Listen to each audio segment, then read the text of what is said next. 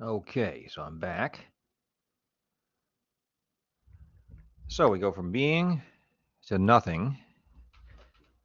Now, we began with the concept of being, remember, right? Not the beings surrounding us, but the concept of being. So if we begin with the concept of being, right? And if Hegel's correct that that's how we have to begin, then he is correct.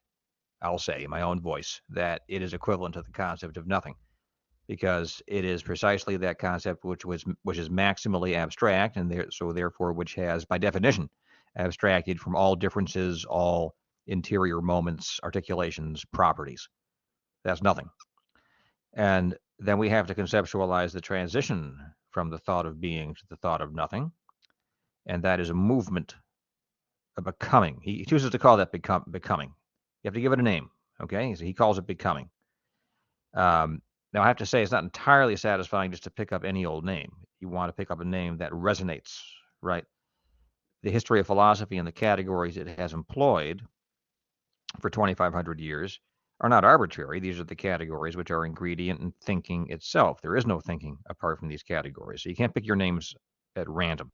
So we'd like to get a better justification for calling the transition from being to nothing becoming, okay, as opposed to something like transition or um, change or something like that. I can't answer that question right now. I'm just raising that question for you. By the way, teaching Hegel over the years, uh, sooner or later, well, at regular intervals, people really respond to Hegel rather strongly and say, wow, this is amazing. I want to continue working with this. This has happened a few times. Either people told me that's the case, or actually they showed up interested in Hegel in some cases, and or I see one student sitting out there in the classroom when I used to teach face to face. I still do that a little bit. And one student sitting out there, his spine stiffens. He starts looking up and his eyes widen. He's really riveted by what we're talking about. So here we go. So we have arrived at the thought now actually of something. Okay. Let's see here. Um, maybe we didn't do that well enough. Look at this other bullet point. So we've said that being is the equivalent of nothing, and the sequence of thoughts from being to nothing is becoming. Okay. The becoming of thought itself, each moment of which has the bare character of at least being something opposed to its other.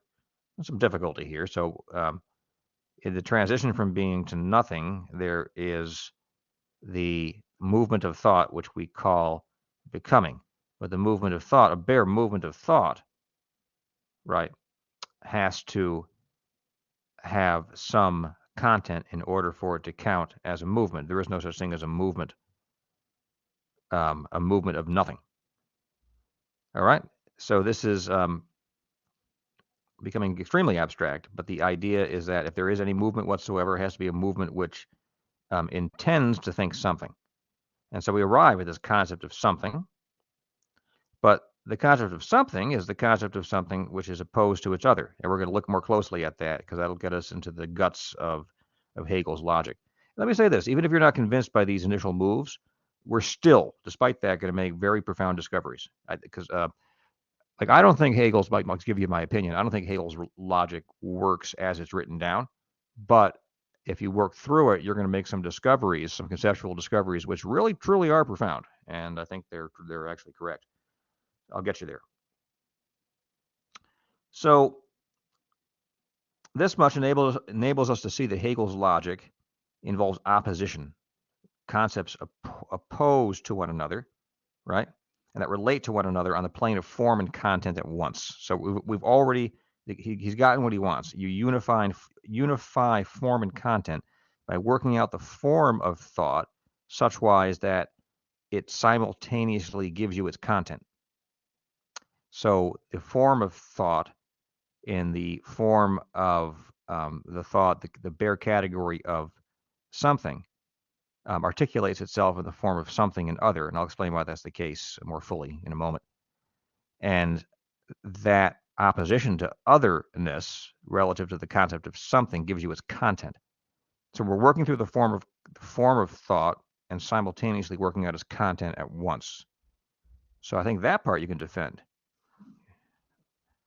So here we are at something. This is the idea of a simple existent thing with the bare content of being something, and therefore not something else. Okay, let's focus on this. Thought attempts to conceive of the existence of something as a bare, simple, separate, non-relational existence. That I should probably italicize that. A non-relational existence. Very good. Is it possible, however, for thought to form such a concept of something in an internally consistent manner? If we look at the definition of something, we are led to a very simple but very profound insight. This is where I think Hegel actually is paying dividends. Here's the definition. Something is a bare existent thing that excludes all that which it is not. Well, fair enough. I have a cup of coffee right here. Had to get that to wake up. And that cup of coffee is something, and it excludes all that which it is not. Does it, though? Well, it's definitely a cup of coffee, and it's not my smartphone or my pair of glasses. But it stands in a necessary relationship to that which it is not. In order for it to be something, now in the case of the cup of coffee, you have a concrete particular here, but just to think of something as something, it could be a number. It has to be defined against something else. That is, to be something, it has to be located in a network of relations. Okay, do you follow? That's the insight. And you can't even think of an absolute particular. Okay, the attempt at thinking something is the attempt to grasp the idea of an absolute particular, just as the attempt to think being was the attempt to grasp the absolute at the level of an absolute genus, right? The level of trying to grasp something absolute at the level of an absolute genus is being, right? Failed because there's no content, and you have to make that transition to nothing, which is a transition. You have to think that, and to have a transition, you have to think something, at least a category of something. And then you're trying to just grasp onto that notion of something and exclude everything else. You're trying to absolutize the particular. A particular, you're trying to grasp a particular that exists on its own and for which its external relations to other things are nugatory and are not to be taken into account, and that is not going to work. Okay, so this gives us now an insight into the nature of thinking and offers us a critique of what I'm going to call absolute thinking. Now, Hegel is a philosopher of the absolute. He'll bring this concept of the absolute back. But insofar as you're trying to do it in the manner we've been doing it, you keep falling flat on your face, right? And you have to acknowledge that and then learn the lesson. So it's easy to see that what thought attempts to grasp here is conceived in an inconsistent way. This is his insight. The very attempt to define something as essentially unrelated to everything else is to define it in relation to everything else. You're saying it's not everything else. Do you follow? If you could somehow just refer to it and not refer to everything else or anything else, then you would have defined it without reference to anything else. But that can't be done. Okay. So thought intends to posit the idea of an absolute particular, but fails systematically to achieve its aim. Thought fails because such an intention can never succeed. It's built into the very intending to grasp a particular in an absolute way that the failure will of itself happen as an objective failure, and that objective failure will propel thought to the next stage of thinking. That's the dialectic. Okay? Failure is built in to the logic that unites form and content, and failure is productive. And that's why, so later in Hegel's logic, he says that contradiction is the inner life of things. This is what he means by it. He doesn't mean that that an avocado is actually a pineapple. That's preposterous. People try to dismiss him on the basis of pure absurdities.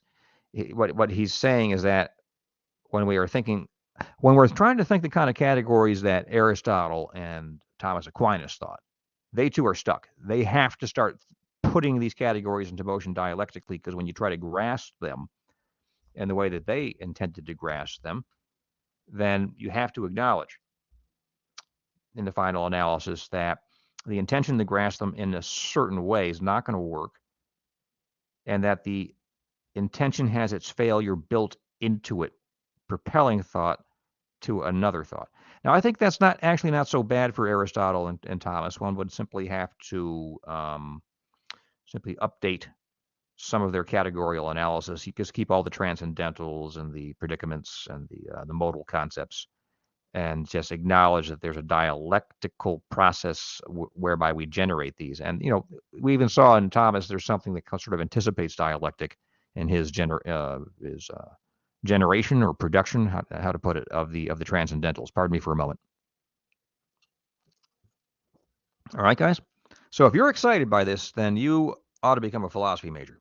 If you're pulling your hair out of your head and saying, what in the world is this guy talking about? I can't believe people actually put time into this. Then, at least metaphysics is not for you. You can still go, still study more philosophy, maybe more in the area of ethics and political philosophy. If you like John Locke, for example, right? Thomas Hobbes, um, the stuff on Plato at the beginning of the course, then you could do that. So this is characteristic of Hegel's dialectical logic, right? At each stage, thought means to define a category in some final and definitive way, but the very effort to do so produces a failure and a contradiction that propels thought onto the next and higher level of conception. That's it. Okay? So the contradiction, it's not that there are contradictions in the sense of, one thing is both a giraffe and not a giraffe at the same time and in the same respect. That's preposterous. But thinking intends to grasp something in a certain way and produces the contradiction out of its own self, out of its own intention, and that propels thinking on to the next stage. That's what he means by that. That's it. Okay? I think I'm getting a little proud of myself here. Here we go. So the concept of a bare something requires the thought of an other against which it is defined, period. So the external relation, now we're going to move forward, generate more categories. The external relation between something and other requires the idea of a limit. How can you think of something opposed to another and excluding the other without the idea of limit? You can't. So then we have it. And if something has a limit, then it is finite. And so we have the concept of finitude. The concept of finitude is straight away in virtue of the law of what I'll call the law of complementarity, right? Is straight away opposed to the concept of non-finitude. We just call it infinitude. By the way, any concept has a complement concept. All right.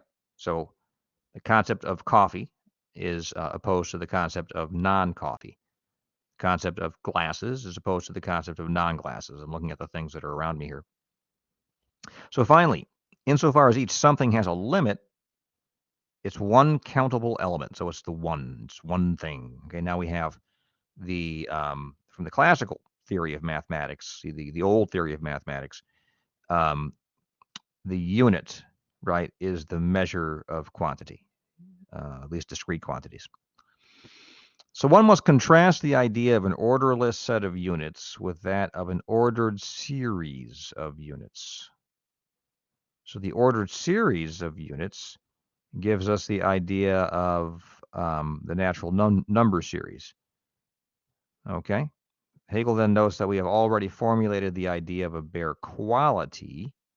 Now we have a new concept, the bare quality, that of the quality of a something, and now have in effect set it in relation to that of quantity, that of something which appears either in the natural number series, and you can't stop there with mathematics, obviously. You have to get up to the real numbers, the imaginary numbers, whatever those are. Those don't make any sense, but we can calculate with them and do engineering with them. So, go figure. And then there's the transfinite numbers. Some people prefer to call those amounts. Those are infinite numbers, right? Aleph sub 0, Aleph sub 1, and so on. Aleph is a Hebrew character they use in set theory, and the philosophy, not the philosophy, the mathematics of the infinite. So now we have quality and quantity. So quality and quantity, as soon as you say it, you place them in relation to one another. You see how this works? This is supposed to be a sequence of necessary steps. So the relation between quality and quantity is what Hegel calls measure. So a certain quantitative relationship now bears a necessary relation to a certain quality. This is the barest anticipation of one of the basic axiomatic suppositions of modern science, only now Hegel generated it dialectically. And it's that there are quantitative relationships behind qualitative phenomena. All right? So when you write down a chemical formula and you draw your little picture on a piece of paper of how all the carbon and hydrogen atoms or whatever are connected to one another, and you have to do that with the right shape and all that, okay? that is, as it were, quantitative. It's both arithmetical and geometric at the same time, and that then corresponds to whatever chemical compound you have captured quantitatively. Just say it's methane or something, right? So now we're going to make the transition from being to essence, because Hegel's logic is actually divided into three distinct large chapters which give an account of these unfolding categories. So the first group of categories we looked at are of course, categories of the sphere of being, the attempt at grasping each thing one at a time, as it were, and failing again and again, producing a series of relations and a progressive enriching of content so that we have generated a whole series of new categories. So being itself requires that we distinguish being and essence. There's the being, and then there's the essence, or that in virtue of which it is what it is. Okay?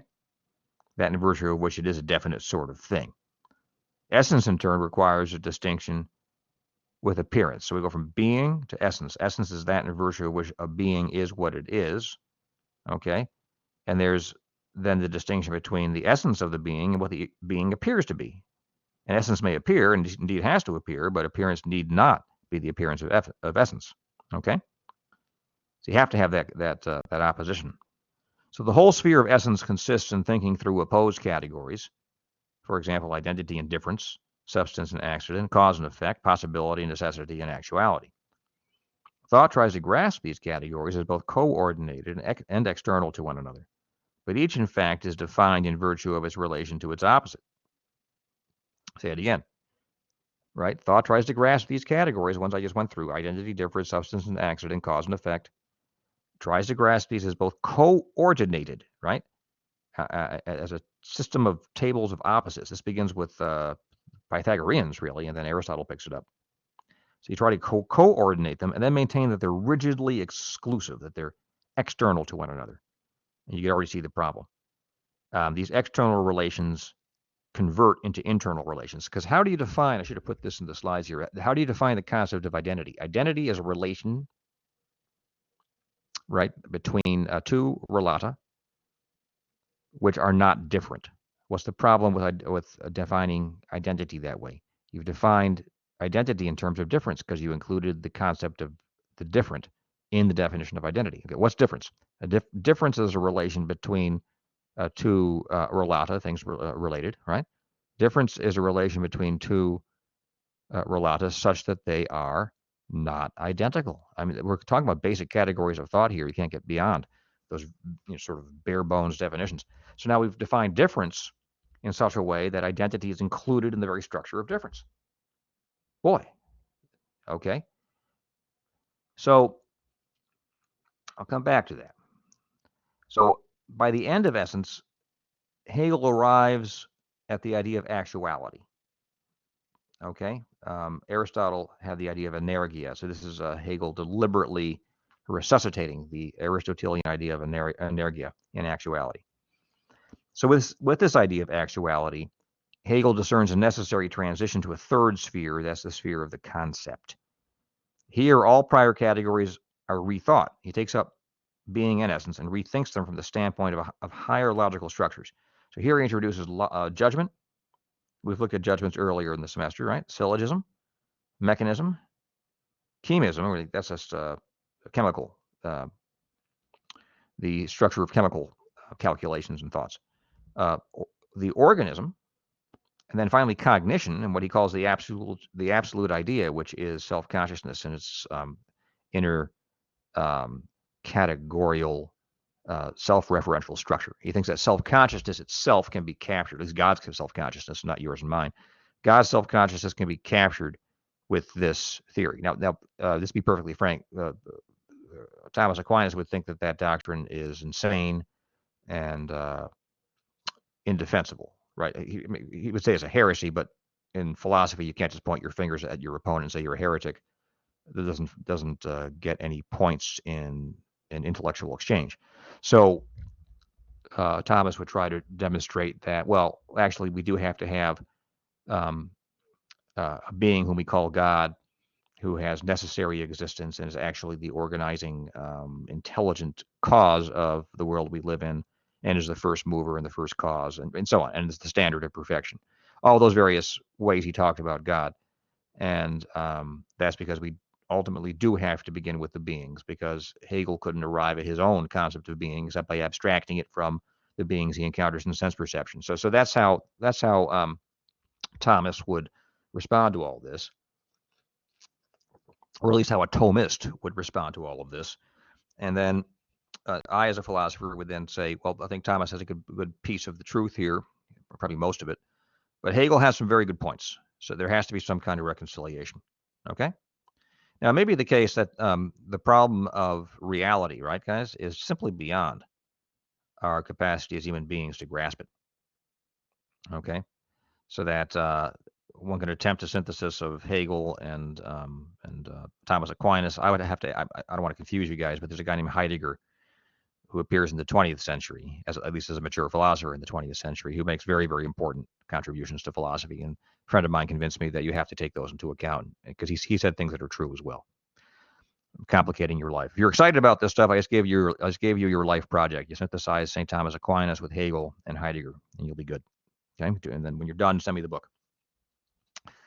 But it might be the case that we simply can't do that, right? I mean, Kant might be right to a point that we can't grasp things in themselves. We can get maybe part way and make some pretty good attempts, but we can't actually do it. Anyway, so Hegel thought he had grasped the nature of the self-conscious, self-thinking structure of God himself. Aquinas might say, well, maybe he made some lisping sort of contributions to a grasp like that, but God's content goes so far beyond what you're talking about here. He doesn't just contemplate categories. He contemplates every single relation in creation simultaneously in the past, all past times, and future. And that is the least of what he contemplates, because above and beyond that, he contemplates himself. And he himself is infinitely beyond his creation.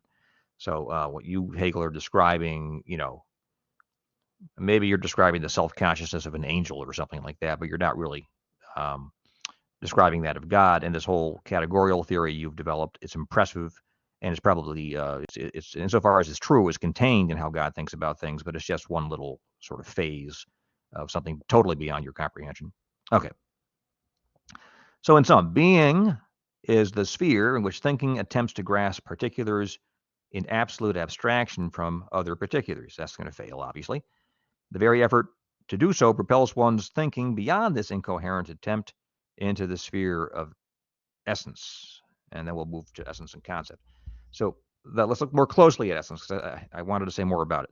So this is the sphere in which thinking attempts to grasp categories as essentially coordinate and opposed to one another. Again, here it becomes clear that categories are interdefined for reasons I've stated. But now I want to bring out the two implications for you, okay? Watch this. First, it is impossible to visualize categorical relations. Why is that?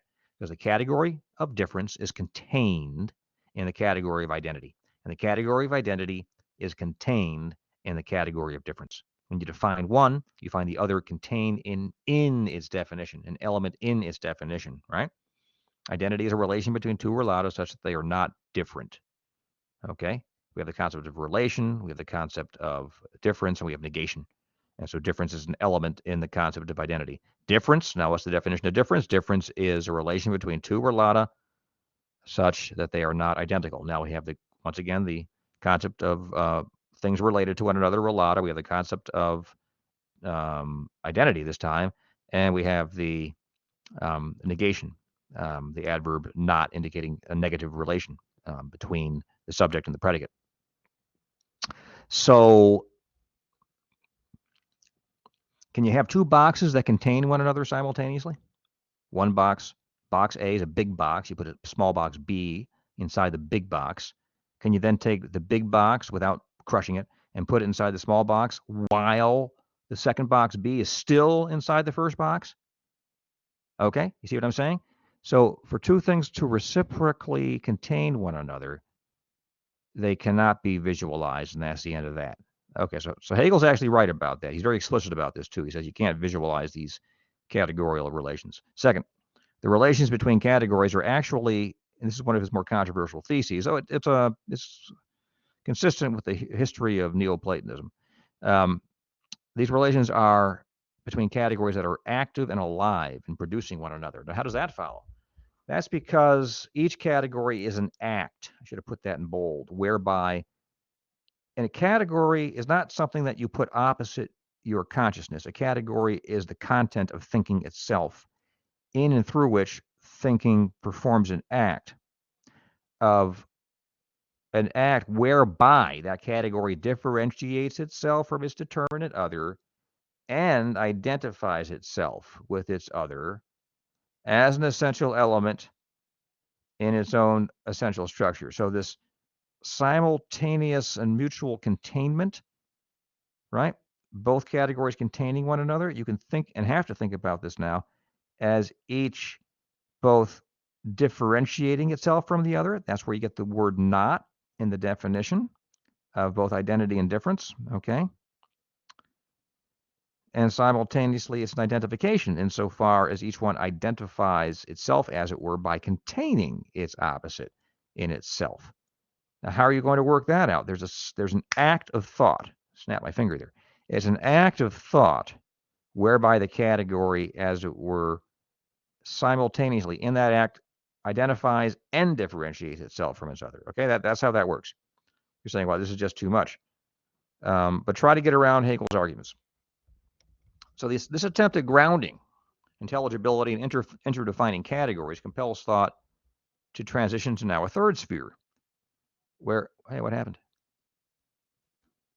I lost a slide, guys. Let's see here. What happened to it? Just give me a second. I feel like this is, I'm going to pause the video because I have another slide for you and it's just not there. Just give me a second. We'll have to do a third video. One moment.